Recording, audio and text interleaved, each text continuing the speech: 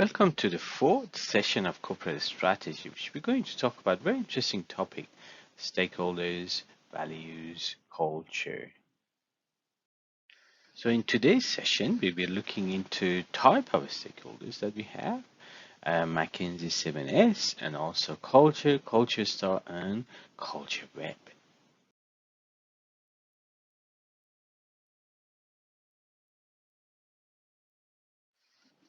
So recap what we learned so far.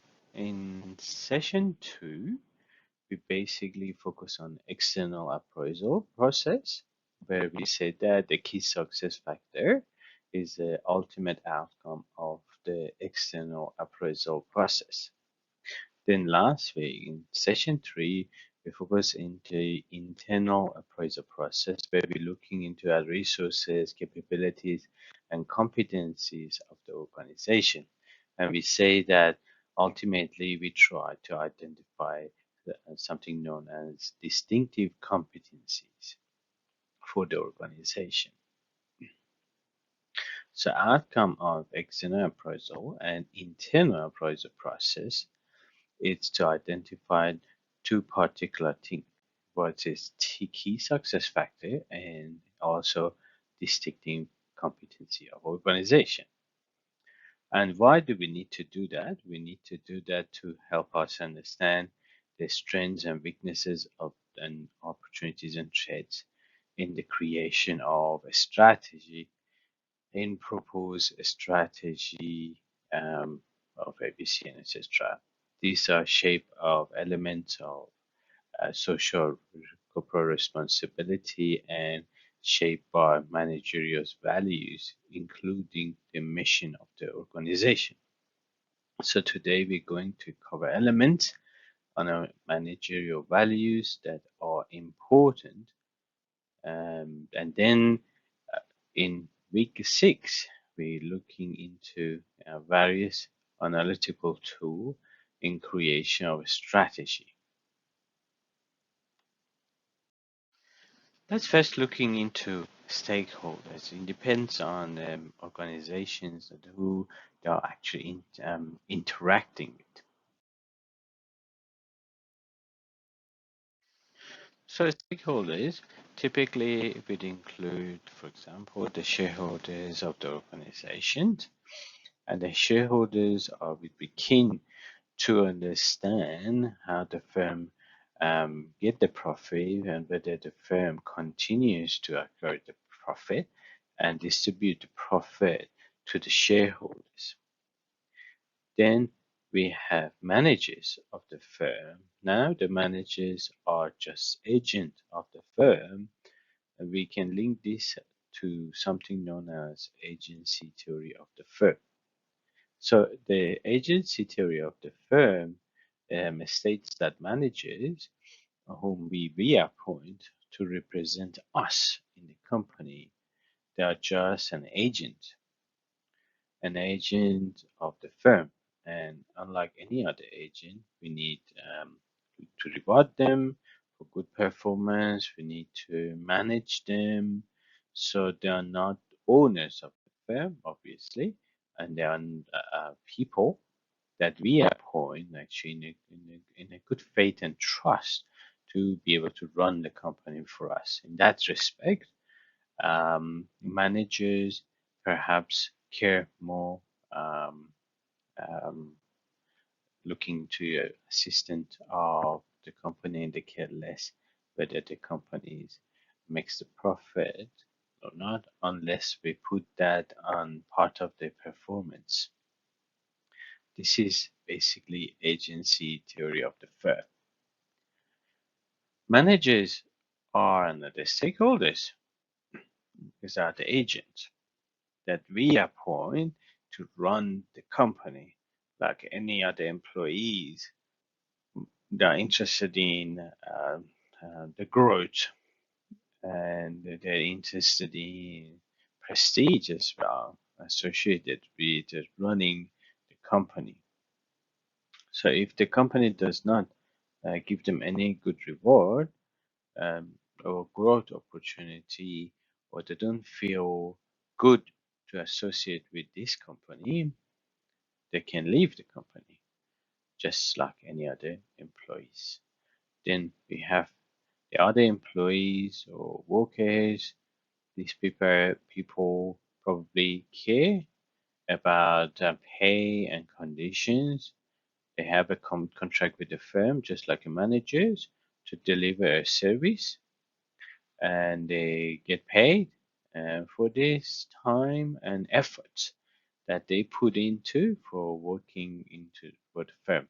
Other than pay, we she can be very attractive and can be not too attractive, right? Like work conditions, uh, friendliness of organizations that matter to the workers or this group of stakeholders. And then we have customers. The customers are also stakeholders, right? Because customers are a supporter of your company. So they're willing to pay money for the company's product or services because they find that it is a good value and it worth the money than they're paying for in exchange of service or product or functionality from a product that they need. So customers would be concerned about getting looking into the prices, looking into the quality, and also then we have another group of stakeholders, which are the suppliers. These people are very keen to work with the company because they have goods or services to sell to the company. So they supply things to the company, and part of the reasons the supply exists because the company is the customer to them, and they are keen to collect the payment, to get the payment for the product and services they provide, and they are keen to make this like a uh, uh, continue work to or relationship rather than just one time.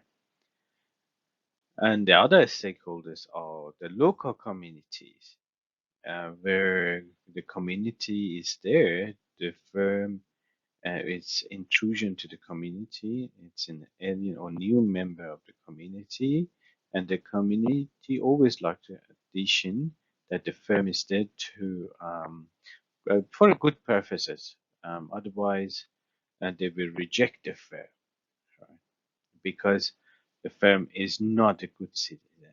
The firm it does no good to the community or waste of space or even worse, or maybe the firm is destroying the community, you know.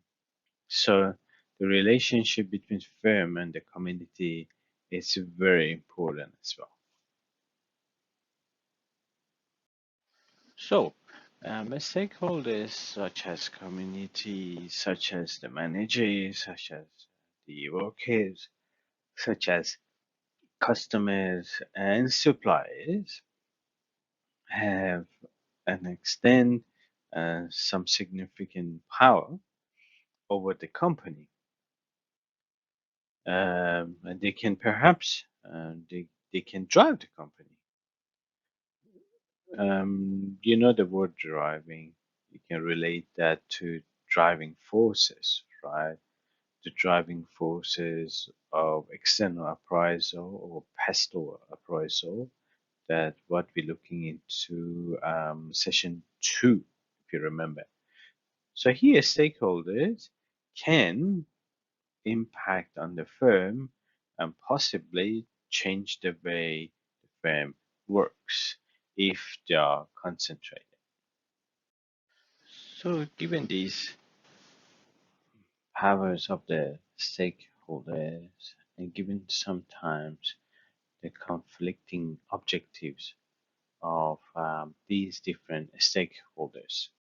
For example, if do we want to grow the company or reinvest in the company, or do we want to make the company profitable and pay out dividends? These are the conflicting needs of different group of shareholders. For example, do we want to give more control to the managers, or do we want to control the managers, control by managers? These are also conflicting needs that need to be decided upon. Likewise, in terms of the type of products to produce, do we want to produce for mass market or huge volumes, or do we want to produce um, tailor-made product serving a niche market? And of course, different stakeholders, for example, the suppliers or the customers, we have different requirements from the company. So it comes to important analytical metrics that we can use. And this is what we call as the stakeholders mapping in terms of the powers and their interests. So different stakeholders, they have slightly different extent of powers.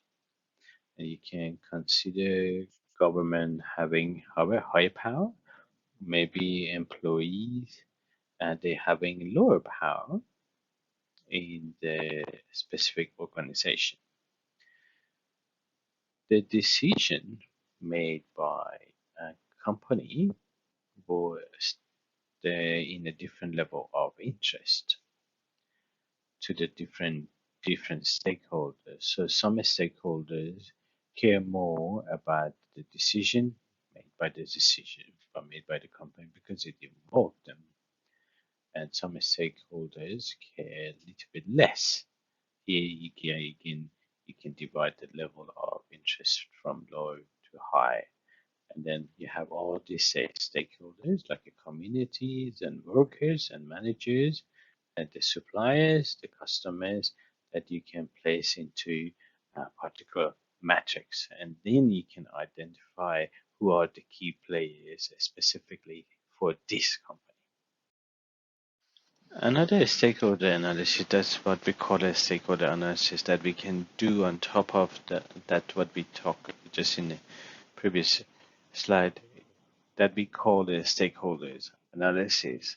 At the end of the day, when you complete doing the strategic analysis model that we touch base on the first slide, then you come out to some sort of a strategy that you can propose some strategy. For example, expansion. Propose a strategy B to, for example, divest a strategic business unit, or propose a strategy C, right? Then you can propose to different stakeholders that you're interested to satisfy. It would be good how you propose the strategy fits into the needs of the different stakeholders. So here we use some sort of ticks and X and O's to just represent good or poor fit or unhappiness. And so cross meaning they're not happy, tick means they're happy, and three ticks means they are very satisfied, and three cross means they are not very satisfied with this or not very happy with this. Zero or O means they are neutral with the decision or strategy. So in this way, between a strategy A and B and a strategy C, which strategy you can think that we can go ahead first, so you can see the differences between this table, right? So this is why we use this stakeholder analysis. Now let's discuss about McKinsey 7S. McKinsey is a consulting firm. So 7S is formed by part of a book from Peters and Waterman, and all the 7S are interrelated to each other and affect each other, and they actually act parallel, and how to see how the 7S in organization works together in driving implementation of the strategy. So this is how the 7Ss look like in the organization. So we have the hard S, which has a structure of the organization, the strategy of the organization, and the systems of the organizations. In the strategy implementation, these hard S's has to be there and supporting the organization in one common direction. So strategy has to be supported by a structure, and meaning the organization hierarchy, and also the procedures and system implemented in the organization. So when we're thinking about the strategy implementation, we often has to to link the hardness of the organization. Then we have the shared values, and then shared values are some things are common and links together hard S's and soft S's at the same time. Shared value could also be what terms as mission of the organization. Although the mission of the organization is separate things altogether, but we can say the mission of the organization just link together the value of the organization. Of course, we have the other softwares, and here we have, for example, the right people in organization that can support the strategy of the organization. Then we have the appropriate skills that can support the strategy of the organization, and also right kind of management style. So the 7S model can be used in different varieties and situations. We can use it. What is missing in the organization? Do we have the missed appropriate management style? Do we have a for example, not enough shared value to support the strategy of the organization? Do we have a poor structure to support the strategy of the organization? So we can use that to identify the gaps. We can use that to improve the performance of the company. We can also use it to examine the effect of the proposed changes as well to the organization.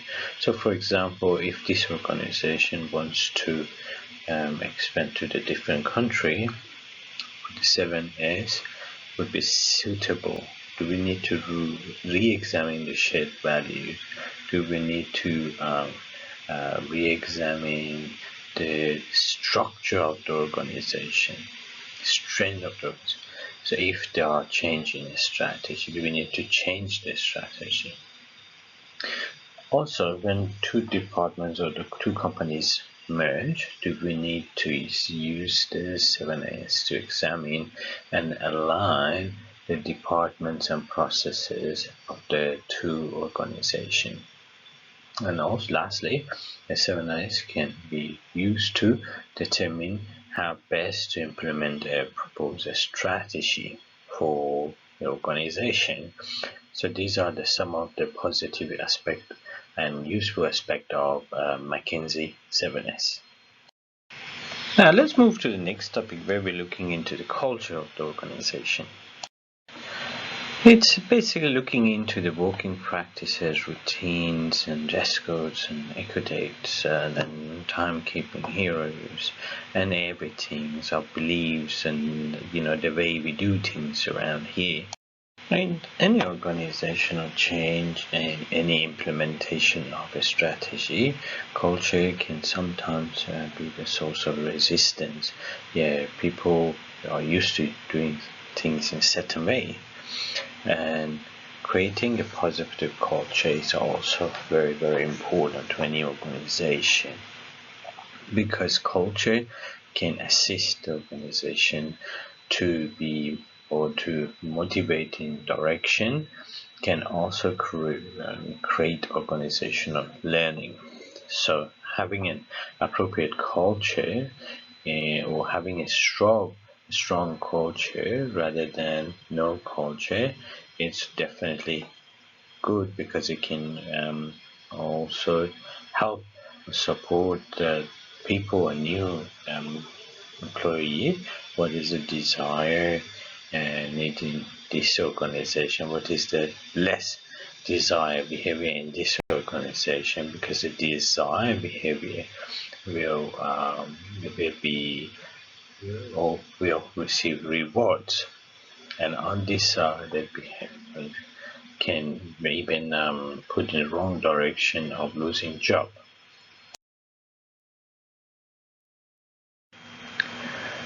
Shine and describe two different organizational culture. Let's have a look. Organization A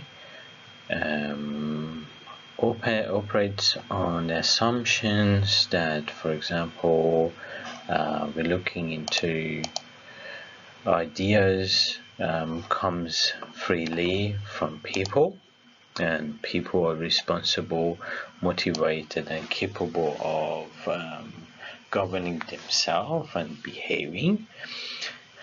And truth can be drive or arrive at by discussion in group and sometimes even in debate.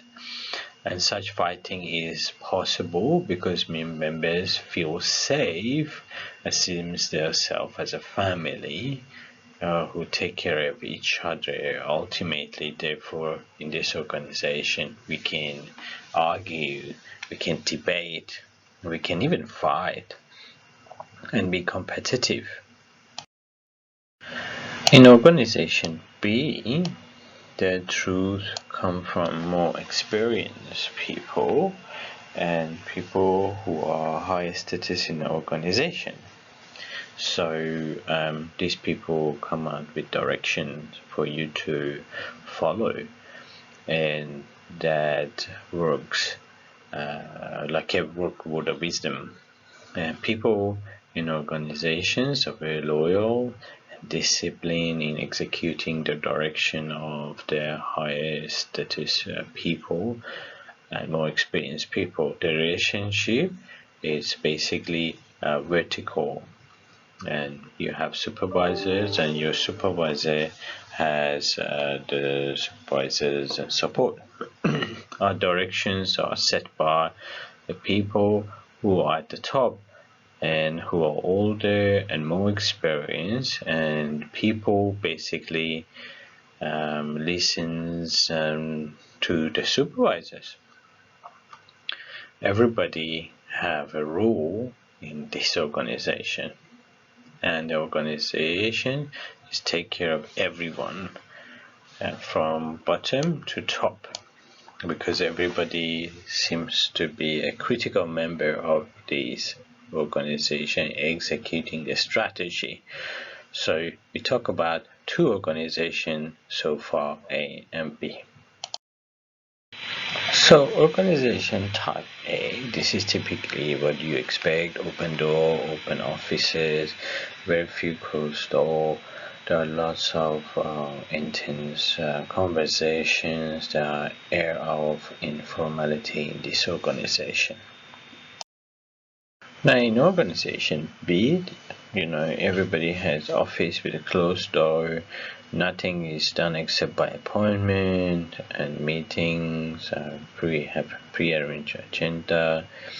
When people of different ranks are present in the room, there is a real just obedience. There's an air of formalities. Everything. That's organization B. Now let's have a look at different culture styles. Handy introduced 4 culture types of choice. Handy has defined different kind of culture suitable for different types of organization.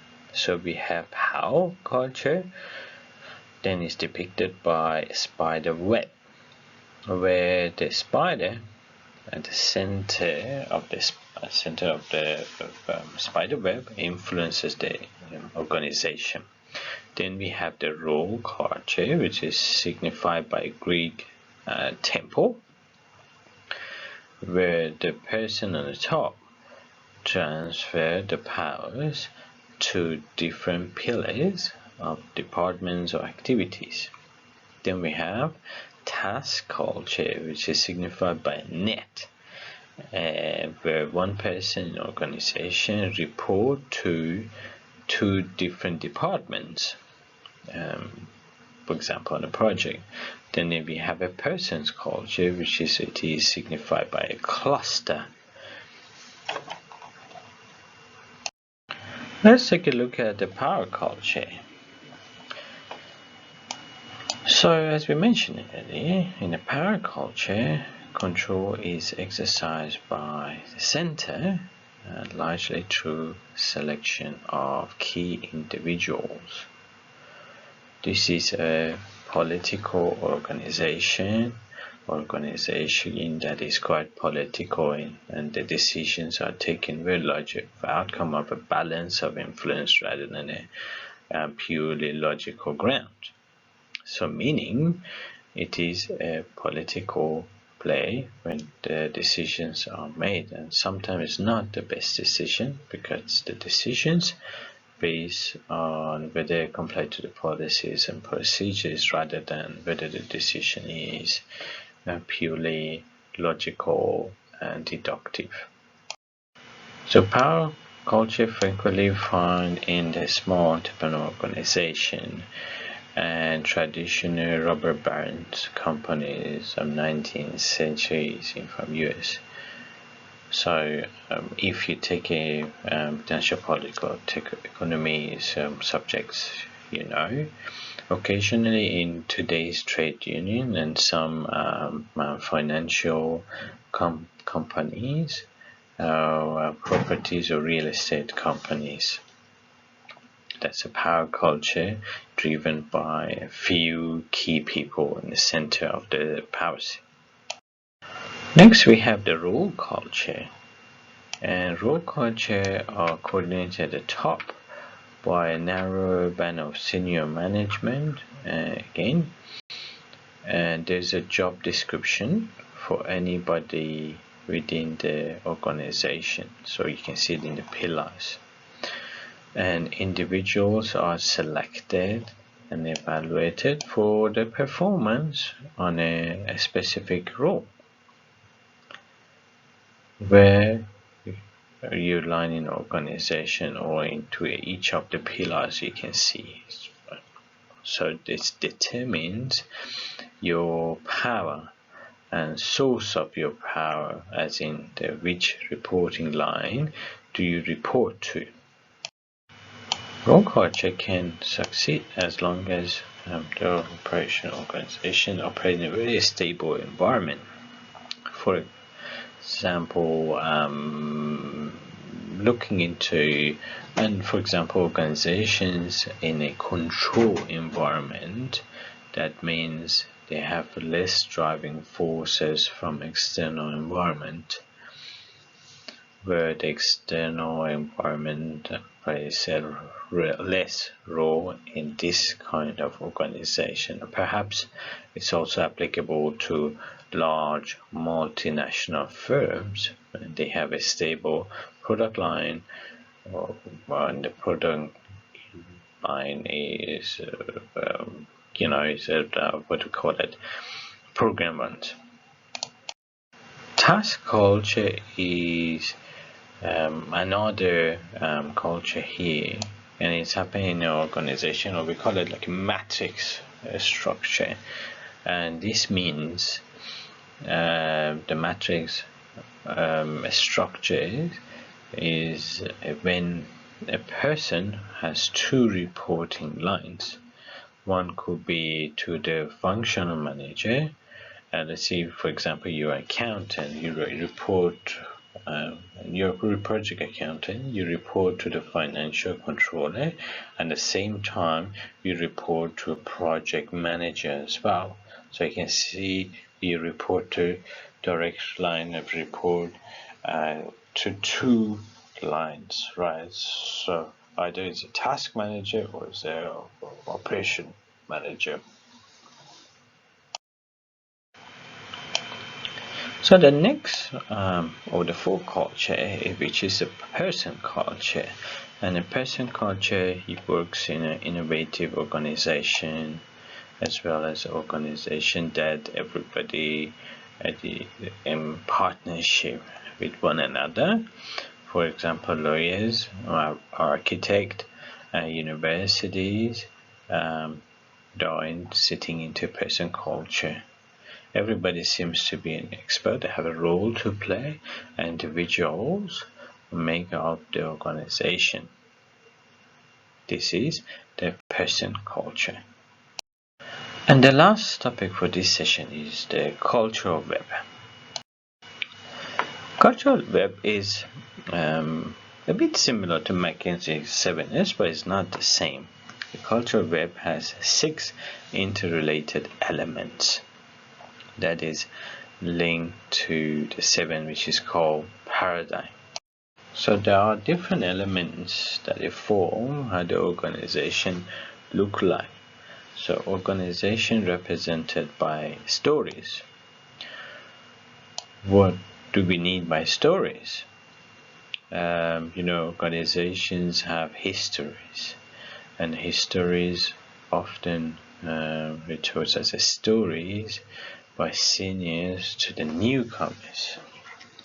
And these are sort of a stories, a past image of what is good in an organization, what is seems to be bad in an organization.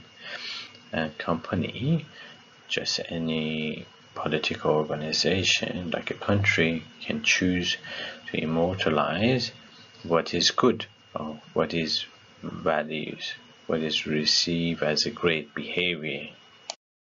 The next is the symbols. The symbols can include the logo of the company, but symbols are also things like what is the color schemes of the company, how big is different offices, with the occupy bigger offices than you, it doesn't mean that I'm more important than you.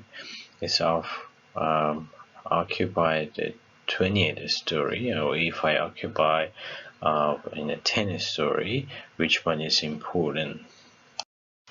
Likewise, the organization, they have some certain rituals and routines. Like, for example, in some organization, at 10:30 you find that people start leaving the desk and making themselves a cup of tea. And sometimes they get in a pantry or kitchen area to have a chat with the best friends, and just a short chat, maybe 10 minutes catch up. And it happens in big organization too, right? So many of companies, for example, like Shell, there are lots of informal conversations that happen in a tea room. And this informal conversation can be very important conversations, or like a scenario planning is happening in a tea room. So these are rituals and routines of organizations, signify the daily behavior and action and what it seems to be acceptable behavior. Then there's a formal organization structure, whether you're a director, manager, officer, clerk. There is a line of power and influence, and there is a hierarchy in place. Then we have the power structure in organization. Different people at different level of powers. It could be formal power given to them or informal power. Imagine secretary to the general manager. Although in an organization the secretary is probably less powerful person, but she has lots of informal power. So secretary have lots of informal power because the person is working directly with the top person, right? So the person can even informally control other director in the company. The next is control system, which represent the procedures and processes that have been set up in the organization. And also sometimes people using the control system as a way to represent the power, because if they need to sign documents in order to something to be improved, then they have the power to delay the signing. And of course that is not correct or ethical, but this is how the organization and people do a power play using the structure of the organization as well as the systems, control systems of the organization to control power.